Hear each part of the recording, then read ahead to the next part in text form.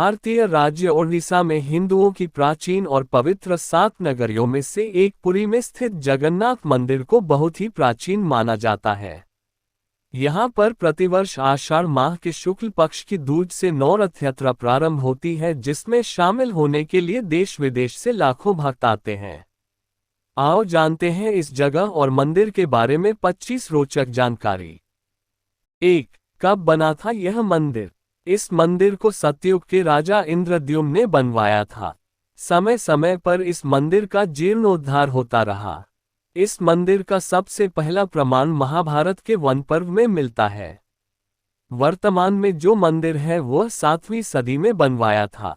हालांकि इस मंदिर का निर्माण ईसा पूर्व 2 में भी हुआ था। यहाँ स्थित मंदिर 3 बार टूट चुका है। 1174 ईस्वी में ओडिशा शासक अनंत भीमदेव ने इसका जीर्णोद्धार करवाया था। मुख्य मंदिर के आसपास लगभग 30 छोटे बड़े मंदिर स्थापित हैं।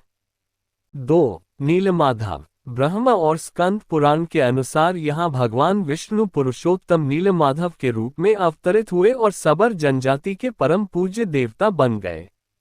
ज्येष्ठ पूर्णिमा से आषाढ़ पूर्णिमा तक सबर जाति के दैतापति जगन्नाथ जी की सारी रीतियां करते हैं। 3. श्रीहरि विष्णु पूजे गए श्री राम के रूप में। पुरुषोत्तम हरि को यहाँ भगवान राम का रूप माना गया है। रामायण के उत्तराखंड के अनुसार भगवान राम ने रावण के भाई विभीषण को अपने इक्ष्वाकु वंश के कुल देवता भगवान जगन्नाथ की आराधना करने को कहा। आज भी पुरी के श्री मंदिर में विभीषण वंदापना की परंपरा कायम है। 4. श्री कृष्ण बने जग के नाथ जगन्नाथ।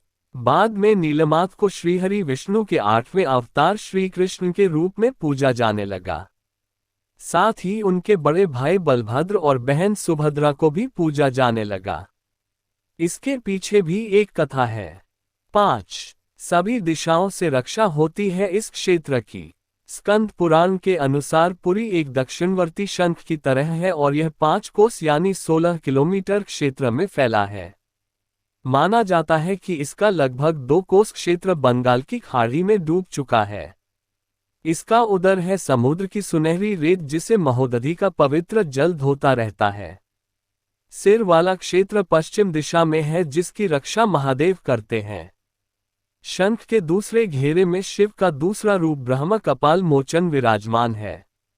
माना जाता है कि भगवान ब्रह्मा का एक सिर महादेव की हथेली से चिपक गया था और वह यहीं आकर गिरा था, तभी से यहाँ पर महादेव की ब्रह्म रूप में पूजा करते हैं। शंख के तीसरे वृत्त में मां विमला और नाभि स्थल में भगवान जगन्नाथ रथ सिंहासन पर विराजमान है। समुद्र की ओर से रामदूत हनुमान जी इस क्षेत्र की रक्षा करते हैं। 6. मंदिर में अधूरी मूर्तियां। यह एकमात्र ऐसा मंदिर है जहां पर श्री कृष्ण, बलराम और सुभद्रा की अधूरी मूर्तियां विराजमान है और वह भी लकड़ी की। हर वर्ष मूर्तियां बदल दी जाती है। मूर्तियों के अधूरे बनने और लकड़ी के बनाने की पीछे एक लंबी कथा है जो राजा इंद्रद्युम्न और उनकी पत्नी गुंडीचा से जुड़ी हुई है। 7. हवा के विपरीत लहराता ध्वज। श्री जगन्नाथ मंदिर के ऊपर स्थापित लाल ध्वज सदैव हवा के विपरीत दिशा में लहराता है। ऐसा किस कारण होता है ये तो वैज्ञानिक ही बता सकते हैं, लेकिन यह निश्चित ही आश्चर्यजनक बात है।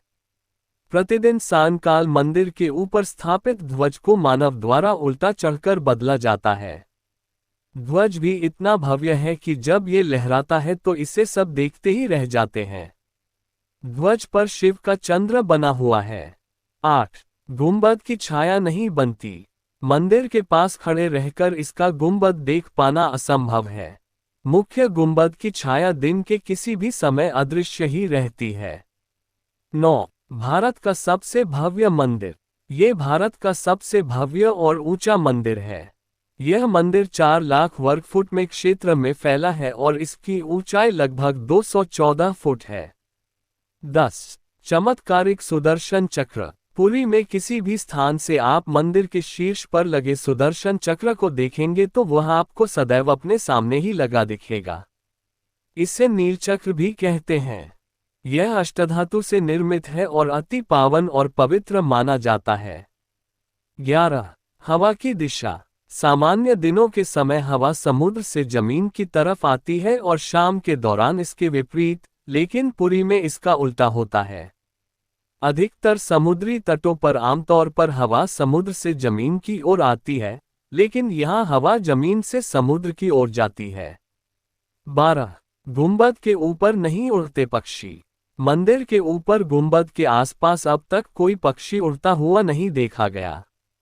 इसके ऊपर से विमान नहीं उड़ाया जा सकता। मंदिर के शिखर के पास पक्षी उड़ते नजर नहीं आते, जबकि देखा गया है कि भारत के अधिकतर मंदिरों के गुंबदों पर पक्षी बैठ जाते हैं या आसपास उड़ते हुए नजर आते हैं।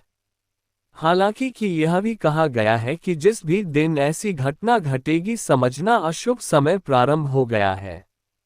13. दुनिया का सबसे बड़ा रसोई घर। 500 रसोई 300 सहयोगियों के साथ बनाते हैं भगवान जगन्नाथ जी का प्रसाद। लगभग 20 लाख भक्त कर सकते हैं यहाँ भोजन।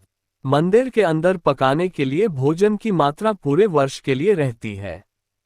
प्रसाद की एक भी मात्रा कभी भी व्यर्थ नहीं जाती। कहा जाता है कि मंदिर में प्रतिदिन प्रसाद 20,000 लोगों के लिए ही बनाया जाता है, लेकिन त्योहार वाले दिन 50,000 लोगों के लिए बनाया जाता है। लेकिन कहा जाता है कि यदि किसी दिन लाखों लोग भी आ जाए तो भी वह प्रसाद ग्रहण करके ही जाते हैं। 14. अजीब तरीके से ही पकता है चावल। मंदिर की रसोई में प्रसाद पकाने के लिए 7 बर्तन एक दूसरे पर रखे जाते हैं और सब कुछ लकड़ी पर ही पकाया जाता है। इस प्रक्रिया में शीर्ष बर्तन में सामग्री पहले पकती है, फिर क्रमशः नीचे की तरफ एक के बाद एक पकती जाती है, अर्थात सबसे ऊपर रखे बर्तन का खाना पहले पक जाता है न चमत्कार। 15. समुद्र की ध्वनि। मंदिर के सिंहद्वार में पहला कदम प्रवेश करने पर ही मंदिर के अंदर से आप सागर द्वारा निर्मित किसी भी ध्वनि को नहीं सुन सकते। आप मंदिर के बाहर से एक ही कदम को पार करें तब आप इसे सुन सकते हैं। इसे शाम को स्पष्ट रूप से अनुभव किया जा सकता है। 16. बाहर की दुर्गंध भी नहीं आती भीतर।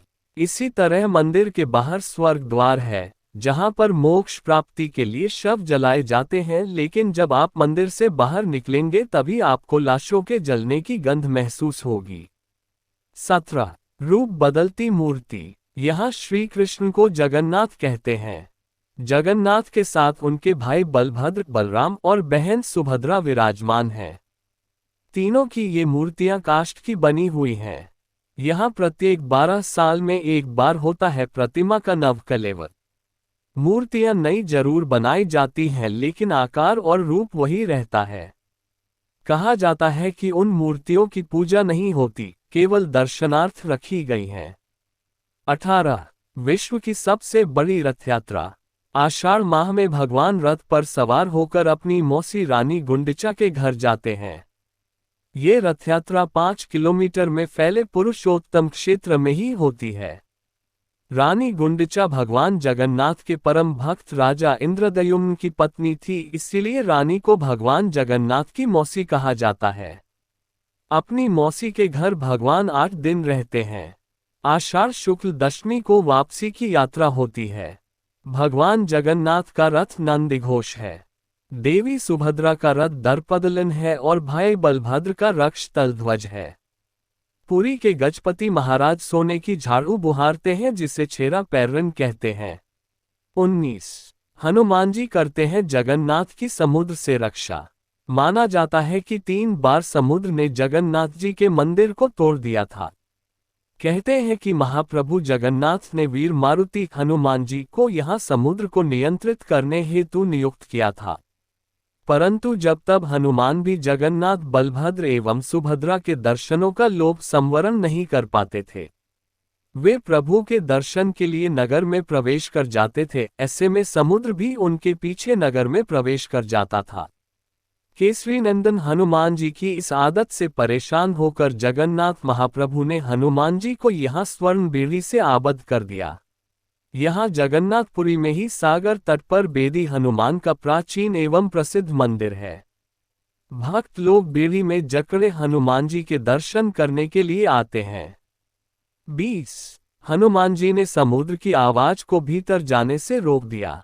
एक बार नारद जी ने हनुमान जी को बताया कि समुद्र की आवाज के कारण प्रभु मंदिर के भीतर सो नहीं पाते हैं। तब हनुमान जी ने क्रोधित होकर समुद्र को वहां से दूर हटने को कहा। इस पर समुद्र देवता ने प्रकट होकर कहा कि मेरी आवाज तो आपके पिता पवनदेव के कारण ही चारों दिशाओं में जाती है, आप उनसे विनती करें। तब हनुमान जी पवनदेव से इस आवाज को रोकने का कहते हैं। तब पवनदेव कहते हैं कि पुत्र, यह संभव नहीं है, परंतु तुम्हें एक उपाय बताता हूं कि तुम्हें मंदिर के आसपास ध्वनिरहित वायुकोशीय वृत्त या विवर्तन बनाना होगा। हनुमान जी समझ गए। तब हनुमान जी ने अपनी शक्ति से खुद को 2 भागों में विभाजित किया और फिर वे वायु से भी तेज गति से मंदिर के आसपास चक्कर लगाने लगे। इससे वायु का ऐसा चक्र बना कि समुद्र की ध्वनि मंदिर के भीतर ना जाकर मंदिर के आसपास ही घूमती रहती है और मंदिर में श्री जगन्नाथ जी आराम से सोते रहते हैं। 21 पांडवों ने किए थे यहाँ पर दर्शन। किंवदंतियों के अनुसार कहते हैं कि अज्ञातवास के दौरान द्रौपदी 5 पांडव भगवान जगन्नाथ के दर्शन करने गए थे। प्रभु जगन्नाथ के मंदिर के अंदर पांडवों का स्थान अब भी मौजूद है। ऐसा कहते हैं कि भगवान जगन्नाथ जब चंदन यात्रा करते हैं तो 5 पांडव उनके साथ नरेंद्र सरोवर जाते हैं। आज भी श्रीमंदिर में 21 दिवसीय चंदन यात्रा का आयोजन होता है। ऐसे में श्रीमंदिर से 1 किलोमीटर की दूरी पर मौजूद नरेंद्र सरोवर तक यात्रा निकलती है। 22 स्वर्ण दान। महान सिख सम्राट महाराजा रणजीत सिंह ने इस मंदिर को प्रचुर मात्रा में स्वर्ण दान किया था, जो कि उनके द्वारा स्वर्ण मंदिर अमृतसर को दिए गए स्वर्ण से कहीं अधिक था। 23 ईसा मसीह भी यहाँ आए थे प्रभु के दर्शन करने। कुछ किताबों में और जनश्रुतियों से यह पता चलता है कि ईसा मसीह सिल्क रूट से होते हुए जब कश्मीर आए थे तब पुनः बेथलेहम जाते वक्त उन्होंने भगवान जगन्नाथ के दर्शन किए थे। आदि शंकराचार्य ने भी यहाँ की यात्रा की थी और यहाँ पर उन्होंने 4 मठों में से एक गोवर्धन मठ की स्थापना की थी। 24 गैर हिंदू का प्रवेश निषेध। इस मंदिर में गैर भारतीय धर्म के लोगों का प्रवेश प्रतिबंधित है। माना जाता है कि ये प्रतिबंध कई विदेशियों द्वारा मंदिर और निकटवर्ती क्षेत्रों में घुसपैठ और हमलों के कारण लगाए गए हैं। पूर्व में मंदिर को क्षति पहुंचाने के प्रयास किए जाते रहे हैं। 25 मंदिर के रहस्य। कहते हैं कि मंदिर के एक नहीं हजारों रहस्य है। यहाँ कई रहस्यमयी किताबें, ग्रंथों के साथ ही खजाने भी रखे हुए होने की बात कही जाती है। एक ऐसा भी समय था जबकि सैकड़ों वर्षों के लिए मंदिर रेत में दब गया था और भविष्यवाणी है कि आने वाले समय में भी ऐसा होने वाला है। आपको हमारी वीडियो पसंद आई है तो हमारे चैनल को ज़्यादा से ज़्यादा शेयर करें और ज़्यादा से ज़्यादा चैनल को सब्सक्राइब करें।